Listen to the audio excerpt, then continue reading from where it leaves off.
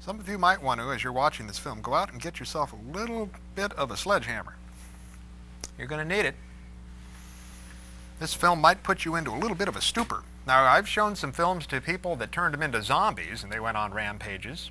At least I knew how to deal with them. But this is going to maybe play with your mind a little bit. This film put you into a little bit of a trance here and thereabouts. What film are we talking about? To be forewarned about, if you will, Mesa of Lost Women, 1953. Now, people get in debates. What's the worst film ever made? Well, whether that is a worthy debate topic or not, we'll let other people decide on. But many people, when they are asked that question, they come down to sort of the knee-jerk reaction of putting Mr. Ed Wood, I feel sorry for Ed Wood, into that category with his Plan 9 from outer space, or Glenn or Glenda, it might be, or Bride of the Monster. Who knows? But for my money, this film has to be one of the worst films ever made. Mesa of Lost Women. And what's remarkable about this film, okay, is the amount of talent that works in this film. Not the directors. Can't give them much credit. Ormond and T-Bus. Two guys who sort of didn't want to take responsibility for this film, sort of said, you do it, no, you did it, Mikey did it, he'll do anything, that kind of thing, you know. So they put both names on there and divvy up the responsibility. But I'll tell you, the man who was the primary cinematographer on this film, Carl Struss. Oh! Now, Carl Struss, he's not unknown to this genre. He shot The Fly, he shot The Alligator People. I like that. Alligator People's a fun one. Come out, alligator man. Great scene from there. That was his last movie. He also shot, though, the mammalian version of Dr. Jekyll and Mr. Hyde. He also shot Murnau's Sunrise.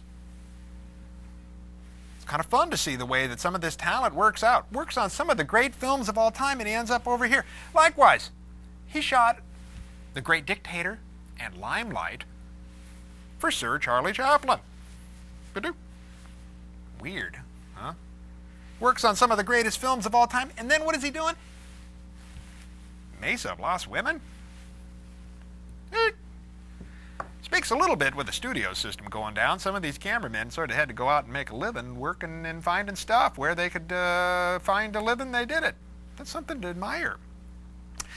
Another name in this film, Hoyt Curtin. Now, it might be a name that jumps to your lips real quick, but he wrote the music to this film. And the music to this film is this monotonous piano, guitar, Spanish crap. And it is played throughout the thing. And at a certain point, you just got to go, like that, and then you got to get your mallet out and get back going at it again. Ed Wood liked that music. He used it in Jailbait. What the heck? So somebody liked it. Okay. The Ed Wood connection is in this. Now, Hoyt Curtin also went on to do some remarkable things. If you're a Hanna-Barbera cartoon fan, Huckleberry Hound, Yogi Bear, Scooby-Doo. He worked very quickly after doing this film. He went on to become the primary composer for the Hanna-Barbera cartoon studio that was, churning out tons of TV animation. So, there's a name for you. He did the Flintstones, he did the Jetsons, Yogi Bear, Josie and the Pussycats. One of my favorites. Okay. Stars. We got stars in this film. Jackie Coogan. Remember Jackie Coogan in The Kid, Charlie Chaplin's The Kid? I bet you remember him, though, for something else. Uncle Fester. He plays Dr. Aranya, which means spider. We're told that at one point in the film, as if, our Spanish is not up to speed. Somebody nudged him. It means spider. Oh, okay. Thanks. Lyle Talbot is the narrator of this film. You remember Lyle Talbot? Okay. He was in Plan 9 of Outer Space. Now, it's remarkable. Here's a guy who's in a lot of Ed Wood type of stuff, and Mesa of Lost Women he's working with. And you know what he's also doing at the same time? He's the neighbor, okay, Randolph, okay, in the Ozzie and Harriet TV show. For the whole duration of that, pretty much, he was a standard character in the Ozzie and Harriet show. And what is he also doing? Plan 9 from outer space.